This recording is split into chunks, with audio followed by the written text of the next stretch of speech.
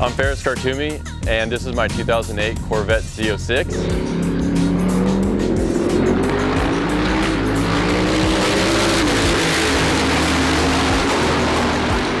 It is a twin-turbo, full carbon Kevlar body.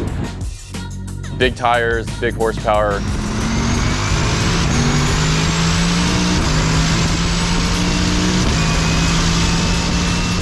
This weekend we're here at Circuit of the Americas for our Super Lap battle.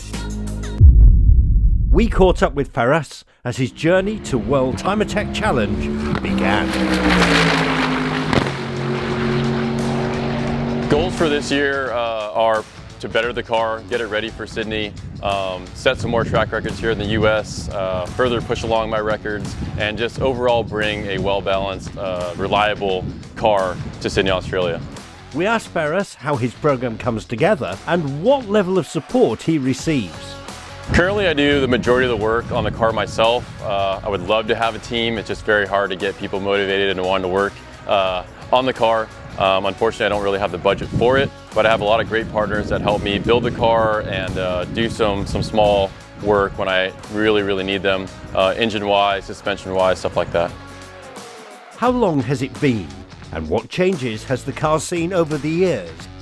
So this is about year 6 with this chassis. We're on version 6. It's hard to remember all the iterations we've had throughout the years. Pretty much it started out as like an NA big cubic inch build, very light aero package. Then it got twin turbos, then it got more downforce, then it got lighter, then it got Motorsports ABS. Now we're on slicks, big aero, high downforce, big power, pushing upwards of 1300 to the tire currently for this weekend. But yeah, lots of changes, a lot of iterations for the car. What lies ahead before closing the container and shipping the car out to Sydney? So we have a lot on our plate for 2023. We're going to be doing some Gridlife events, Road Atlanta with Global Time Attack,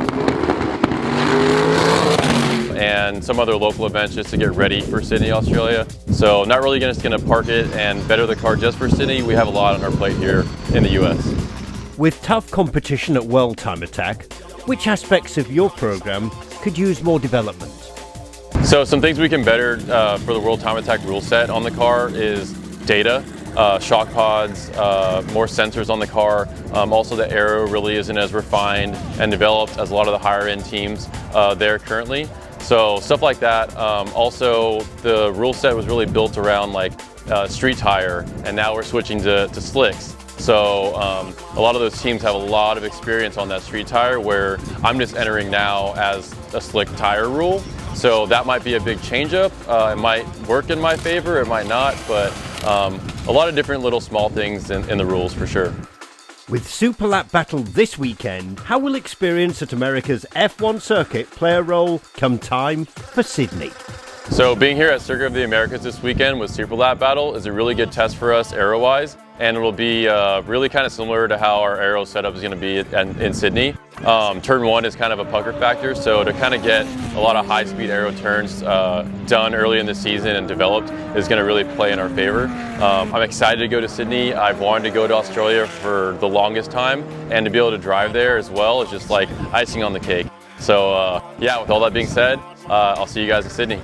Following this interview, Feras went on to win at Super Lap Battle, setting a new overall time attack record and starting the year off on a very strong note. Feras then made his way to Road Atlanta, another famous American racetrack and time attack staple.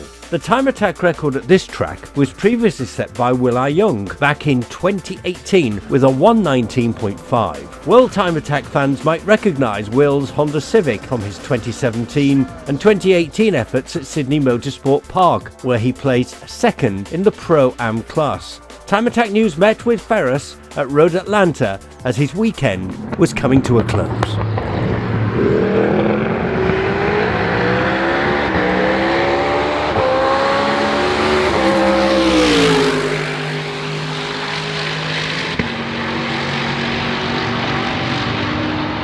So coming into Road Atlanta after Super Lap battle, we damaged our engine. So late model engines, LME built us a brand new 427 so that we can come here to Road Atlanta and break some records. Engine ran strong all weekend, made great power, ran at 900 to 1100, and we ended up setting the record twice.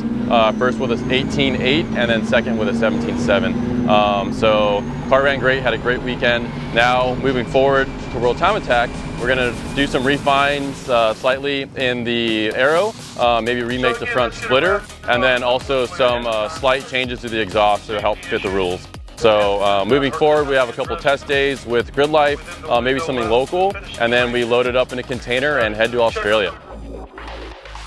Feras went on to reset the track record at Gingerman Raceway during the Gridlife's Midwest Festival with a 126.3. And with that record secured, it was time to pack up the car for its overseas trip.